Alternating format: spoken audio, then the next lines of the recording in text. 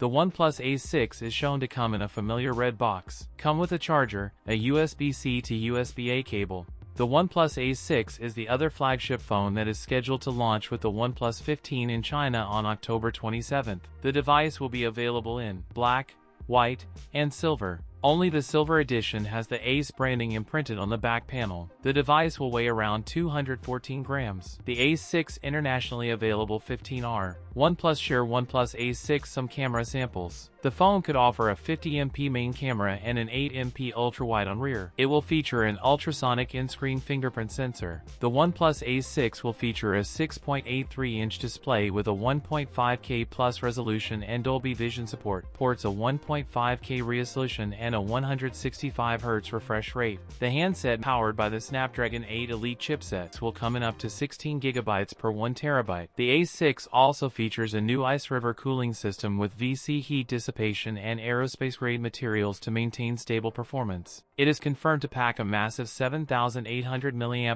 battery with 120W superfast charging. That's it for today's video. If you enjoyed it, don't forget to like, comment, and subscribe for more content. Thanks for watching, and I'll see you in the next one.